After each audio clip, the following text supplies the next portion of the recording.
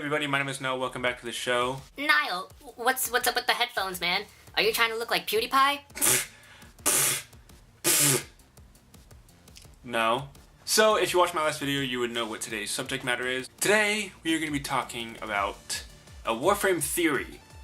A little theory I've been brewing in my head since The Sacrifice came out. Why since The Sacrifice? Well, because The Sacrifice is one of the key pieces of evidence in this theory. Now, I'm going to drop the bombshell right now because I know that this is what you're all here for. My theory is that Margulis is still alive.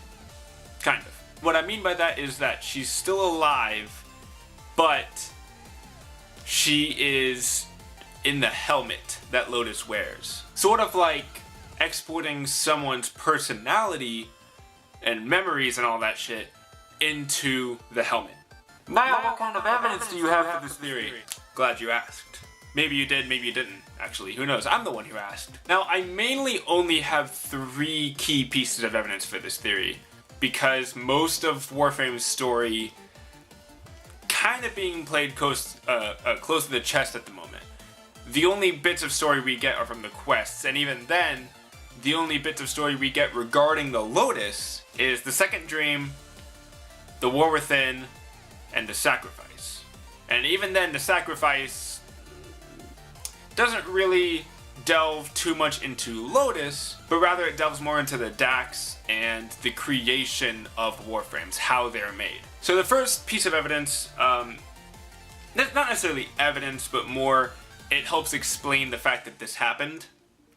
So, the Lotus originally was Nata, a sentient, sent to the Orokin system to infiltrate and allow Hunhow to essentially deal the final finishing blow to the Orokin during the Old War. And as you all know, that doesn't necessarily go as planned. Nata enters the Orokin, she infiltrates, but then she grows some kind of attachment to the Tenno and betrays Hunhow. There's always been something that kind of bugged me about that explanation. Why exactly does Lotus betray Hunhow? Now, obviously it's explained through, Nata grew attachment to the Tenno and sort of became like a mother to them.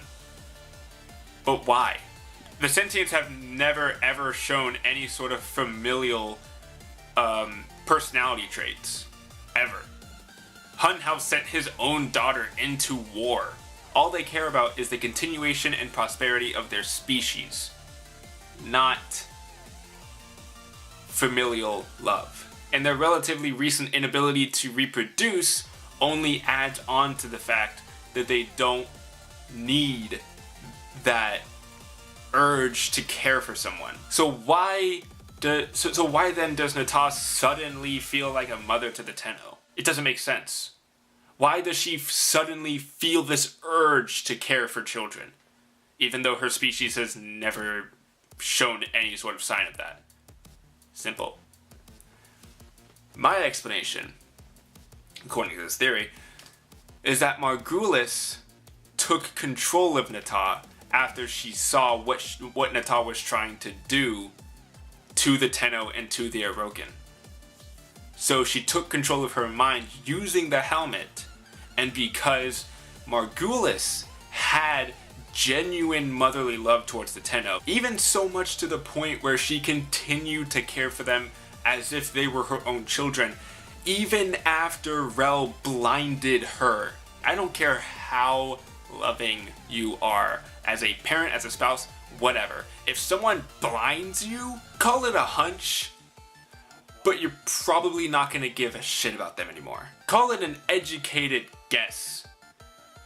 But it's safe to say that you wouldn't really care for that person for much longer. But still, Margulis loved them, cared for them, raised them. She clearly has some sort of extraordinary motherly love. So, when she took control of Nata using the helmet, she became the type of person to feel motherly love, after not ever knowing what that is. By the way, that's another thing. We don't even know if Nata has a mother. So how the hell can she feel any sort of motherly love if she doesn't even know what that feels like? And actually, now that I think about it, that's actually a fourth piece of evidence. The fact that Lotus doesn't have eyes. Well, at least she does, but her helmet covers them. I mean, this is just a sort of like a symbolic piece of evidence, so take it with a tiny grain of salt. Why would the Lotus cover her eyes if they work perfectly fine? Usually in media, someone who covers their eyes is usually blind. Someone who will cover their eyes with glasses or some sort of bandage, or in her case, the helmet, is blind. Why then would the Lotus cover her eyes if it's quite clear through the Sacrifice Cinematic Quest that she can see? Maybe it's because after Margulis took her over using the helmet, she found sight to be something jarring because Margulis was blind. Minor piece of symbolic evidence, so take that with as little or as much salt as you prefer. The third piece of evidence is within the Apostasy Prologue quest, as short as it was. At the end of it, you'll notice the Lotus never takes off her helmet. And even when she physically sees Ballas in front of her, she refuses to go with him, have anything to do with him. She refuses to even acknowledge the fact that she knows him. You might say, Niall, wouldn't that weaken the argument that it's really Margulis, since Margulis does know Ballas? True, but if Margulis is trying to hide from Ballas, then she's obviously not gonna just say, oh, I know you. She's gonna be like, oh, I've never seen this man in my life. Plus, you have to realize, who was the one who put her to death?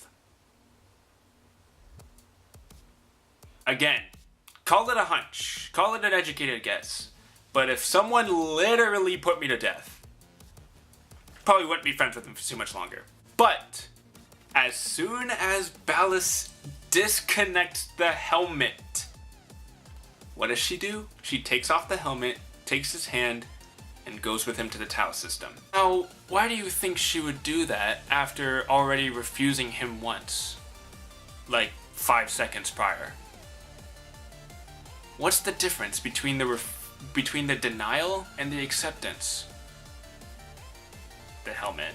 It's because when she had the helmet on, Margulis wanted nothing to do with him, so she denied him. She straight up rejected him. But once she was able to take the helmet off, you bet your ass she's going with him. Now, why Nata would want to go with Ballas, I don't know. I don't know that much. None of us do. We don't know what Nata's motives are with going with Ballas to the Tau system. But it's not like she wouldn't. Unlike Margulis, who would want nothing to do with Ballas after what he did. It's not like she has a reason not to go with him. Also, actually, there's actually a lot of evidence that I actually didn't even think existed. Why would Ballas go to Nata in the first place? Not like he knows her. Now this one is a pretty weak piece of evidence because you could say that maybe the mother instructed him to go to her, but the other option is that he was tracking down Margulis. Maybe he still knew she was alive and was tracking her down, and found Nata with the helmet on. And the final piece of evidence. I will start my conclusion with a question. How does the sacrifice quest start?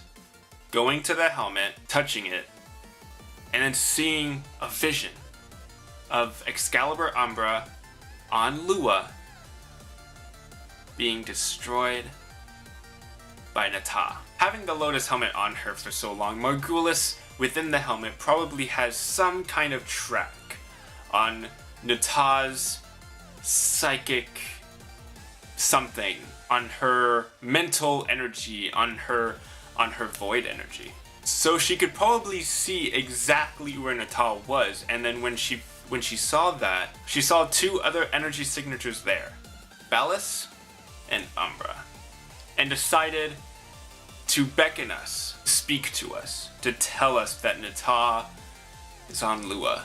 We thought that she was just showing us Umbra, when in fact, she may have been showing us Nata. And we know that this kind of thing is possible. It's not completely in the realm of fiction. At least within the game. Obviously it's fiction, but But we know it's possible that Margulis' personality and memory can be implanted into an object. Because that's exactly what the Cephalons are. Personalities and memories implanted into a computer to create a perfect AI. Shut the fuck up. I don't give a shit that Dark Phoenix XX is online. Sorry, Xbox is on. But the technology used to plant Margulis' memory and personality into the helmet is exactly the same technology used on the Cephalons. Ordis doesn't have his memory. How do you explain that? Well, it's actually quite simple. If you know Cephalon Ordis' backstory. He was an assassin hired by the Orokin to help in the old war. But after seeing what type of people the Orokin are, and almost feeling remorseful for his actions, he targets the Orokin. But his plan ultimately fails. And so as punishment, his memory is wiped, and he is forced to live for all of eternity as a Cephalon on our orbiter. And you can even see his memories slip. When Ordis glitches, and you start speaking about the old war and pools of blood, maybe somebody did the same thing to Margulis. Or she could have done it to herself to save herself from being killed in order to continue looking after the Tenno. Either way, the same thing happened to Margulis, and her personality and memory were stored in the helmet. So yeah, anyway guys, that's the theory. That's my Warframe theory. Believe it if you will. Personally, I believe it. But as always, I hope you guys enjoyed the video. Leave a like if you did. Subscribe to the channel for more content like this, and I hope to see you all in the next one. This is Niall, signing out. Next time, it will be a review of Forsaken. So look forward to that.